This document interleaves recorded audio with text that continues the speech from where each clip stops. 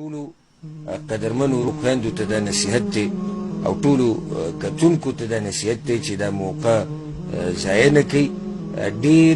خپلوان ډېر ملګري هغه موږ سره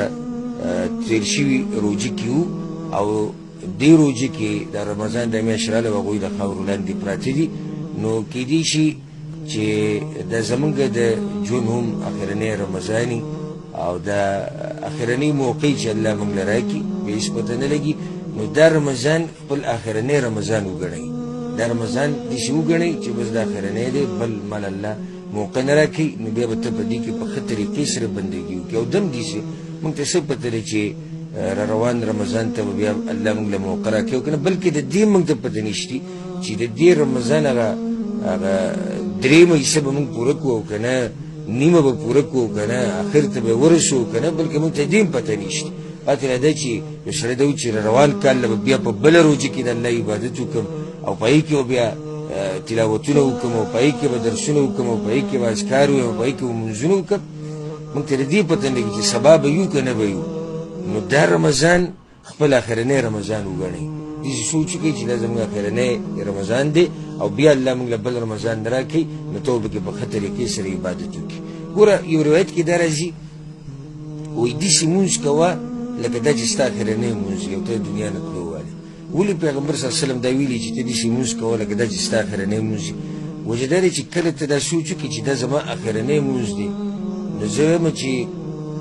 دومره به ته دا لمونځ خوږ کړې او دا سجده به اوږده کړې او دا رکوع به اوږده کړې چې تپوس یې مه کوه، ځکه چې ته به وایې چې دا اخرنی لمونځ دی. اوس موږ د مازدیګر لمونځ وکړو، که چېرته دغه لمونځ زموږ اخرنی وګرځي، نو زه تاسو ټول نه تپوس کوم څوک چې دا پروګرام ګوري اول د ځان نه او بیا تاسو نه، دا کوم لمونځ چې موږ وکړو که بالفرض دا زموږ اخرنی لمونځ وګرځي، نو آیا ته پرې خوشحاله یې چې دا ستا اخرنی لمونځ وګرځي؟ هر یو به دا جواب کوي چې نه زه پرې نه یم خوشحاله. نو چې نه یې خوشحاله نو بیا ولې ته دا عبادت داسې کوې لکه چې تا ته بیا بله موقع میلاوي؟ هر عبادت داسې کوه چې دا ستا اخرنی موقع الله تعالی در کړې وه او د دې نه بعد بیا الله تعالی دا موقع در کړي، نو ته به دا عبادت بیا په ښه طریقې سره کوې. د رمضان دا میاشت دا د برکتونو او د عبادتونو موسم دی او د تجارت میاشت ده، د الله سره د تجارت کولو میاشت ده. دا ګورې د سموسو او د پیکوړو او د روابزاو د دې شینو میاشت نه ده. موږ دې نه د خوراک څښاک میاشت جوړه کړې ده. بس دا هم غم دی چې څه چل به کوو، کور کې څه شتي د خوراک او که نه. د مسلمان غم دې سره دی، کور کې اوبه شتي او کجورې شتي او بس دا اهم شی دی چې اوبه شتي کجورې شتي روژه پې ماتېږي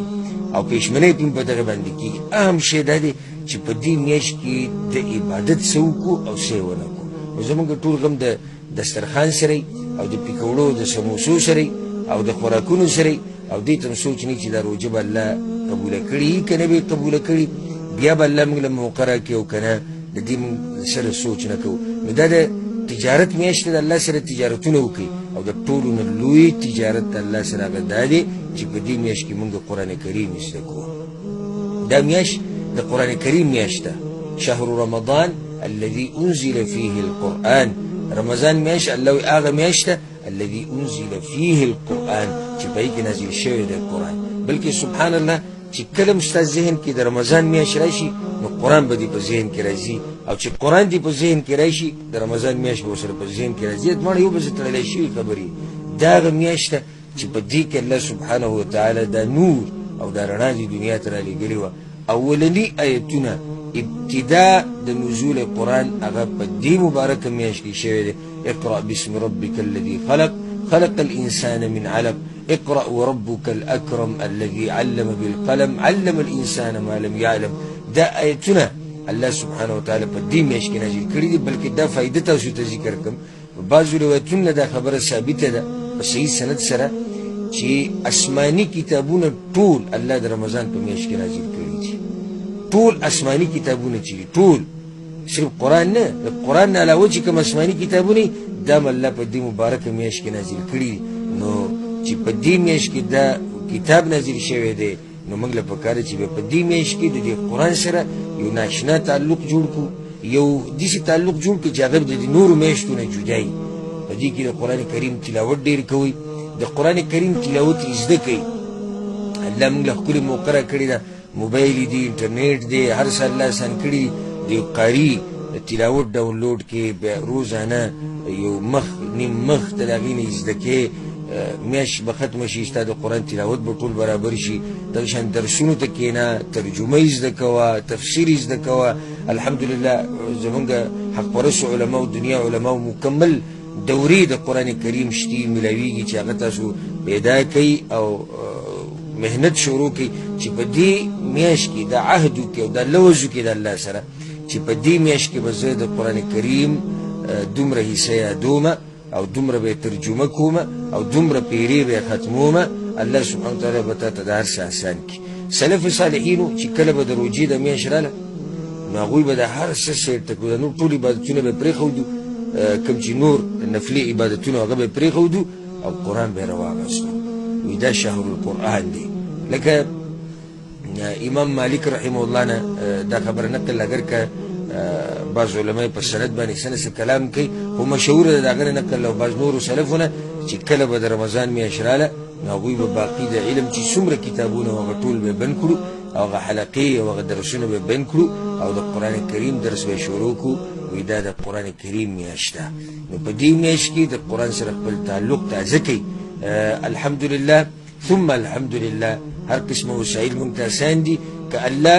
د مصیبت په مونږ راوستی دی او د وبا او د امتحان په موږ راوستی دی او د هغې د لاسه په ډېرو ملکونو کې جوماتونه بند دي او په اجتماعګانو باندې پابندیانې لګېدلي دي خو الحمدلله الله موږ ته هغه لار په دې طریقې سره اسان کړې ده چې موږ سره انټرنیټ دی موږ سره وسایل دي دې ځینه زه درس کومه په زرګاو کسانو ته د دنیا ګوټ ګوټ ته رسي تاسو په یو ځای کې ناستئ زه په بل ځای کې ناست یم بل ملګری بل ځای کې ناست دی دا د الله هغه نعمتونه دي او د دې نعمتونو به الله ګوره زموږ نه تپوس هم کوي یو سړی دا وایي چې یاره جماعت بنو او درس نه او دوره نه وه او الله تعالی تپوس وکړي چې په نورو طریقو سره هم قرآن زده کېدی شو خو تا نه یې زده کوو نو په موږ باندې حجت هغه قایم دی او په قسمه قسم طریقې سره الله په موږ باندې حجت قایم کړی دی هېڅ عذر موږ سره نشتی چې موږ یې د قیامت په ورځ الله ته ووایو چې الله دا وجه وه ځکه ما ستا کلام نه دی زده کړی دا وجه وه ځکه ما ته قرآن نه دی یاد دا وجه وه ځکه ما له قرآن نازله نه راځي یو عذر هم الله سبحانه وتعالی زمونږ نه قبلوي ځکه چې الله موږ ته هر څه اسان کړي دي او حجتونه یې قایم کړي دي علما شتي موږ سره الحمدلله ښه حق پرست علما ښه زمونږ په ژبه کې د قرآن ترجمه به درته کوي تفسیر به درته کوي قاریان شتي چې تا ته د قرآن تلفظ برابر کړي حلقې شتي جوماتونه شتي عمر شتي مال شتي روغ صحت شتي او د هغې باوجود هم ما ورته